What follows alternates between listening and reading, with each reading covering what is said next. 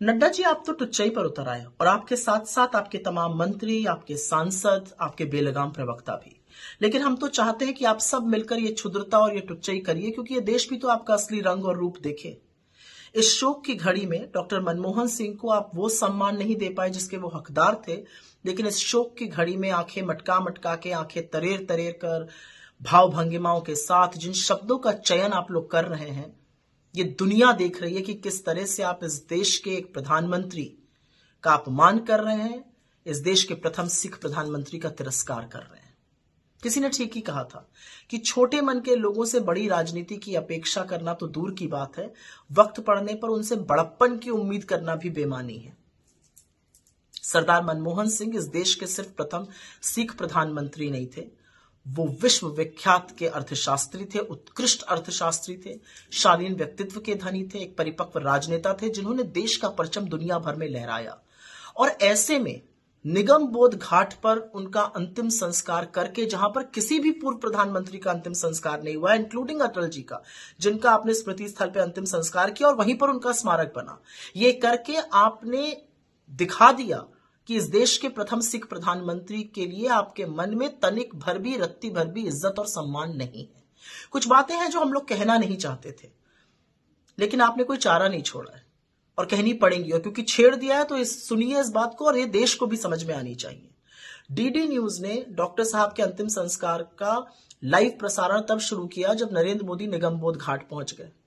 प्रथम पंक्ति में नरेंद्र मोदी, अमित शाह, राजनाथ सिंह, किरण रिजिजू, ओम बिरला, महामहिम राष्ट्रपति द्रौपदी मुर्मू जी, वाइस प्रेसिडेंट धनखड़ जी, सब लोग बैठे थे। बमुश्किल 2 या 3 कुर्सियां उनके परिवार के लिए थी और परिवार में उनकी बेटियां आगे बैठ भी नहीं पाई। मुश्किल से 1 कुर्सी कांग्रेस अध्यक्ष और नेता प्रतिपक्ष राज्यसभा खरगे जी के लिए थी। नेता प्रतिपक्ष लोकसभा राहुल जी के लिए कोई कुर्सी भी नहीं थी।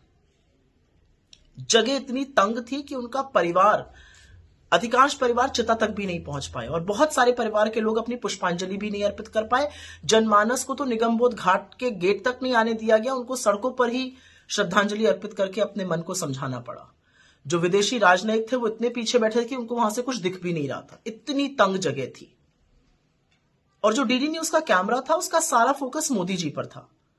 परिवार ही नदारद था, तो ऐसे में ये उम्मीद करना कि राहुल जी या सोनिया जी या खरगे जी को दिखाया जाएगा, ये भी बेमानी है।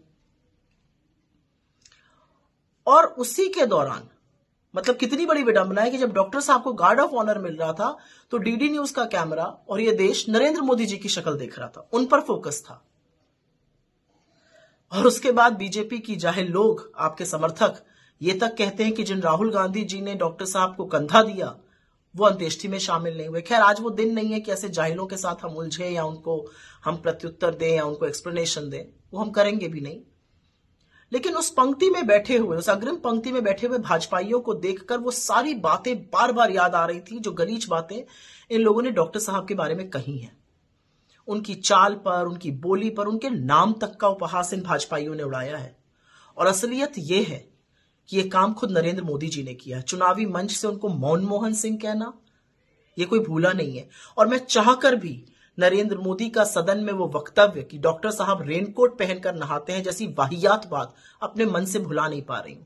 उन लोगों को बार बार देखकर, स्पेशली अमित शाह और नरेंद्र मोदी जी को बार बार देखकर मन में यह ख्याल जरूर आ रहा था कि क्या इनके मन में, इनके मस्तिष्क में आज जरा सी भी ग्लानि, जरा सा भी क्षोभ, जरा सा भी पछतावा, जरा सा भी अफसोस है? और अगर नहीं है तो होना चाहिए था। खैर, डॉक्टर साहब के निधन के बाद आपकी जो विफलताएं हैं, आपका जो खोखलापन है, वो पूरी दुनिया और पूरे देश ने देख लिया है। असलियत तो यह है कि एक पूरी पीढ़ी को आपने व्हाट्सएप के जरिए जो अनर्गल बातें डॉक्टर साहब के बारे में कही थी, वो सारे झूठ एक प्रहार में ध्वस्त हो गए। क्योंकि उन सब लोगों को डॉक्टर साहब की उपलब्धियां, विश्व में वो कितने विख्यात थे, उनका क्या कद था वैश्विक स्तर पे, वो उन्होंने इस देश को मुश्किल दौर में कैसे संभाला, अर्थव्यवस्था को कैसे सुदृढ़ रखा, वो सारे सच विस्फोटक होकर सामने आ गए। असलियत यह भी है कि आपके लाखों करोड़ों रुपए का जो झूठ का प्रोपेगेंडा था वो भी ध्वस्त हो गया।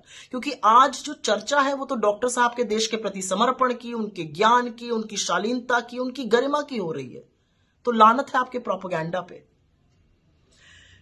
लेकिन आप देश के मूड को भांप नहीं पा रहे हैं। आप सिख समुदाय की सरदारों की अपेक्षाओं को भांप नहीं पा रहे हैं। आप ये नहीं समझ पा रहे हैं कि जो अवमानना आपने सरदार मनमोहन सिंह जी की है वो इस पूरे देश की अवमानना है। और यह अवमानना और तिरस्कार ही नहीं है, यह पाप है। पाप का प्रायश्चित कीजिए।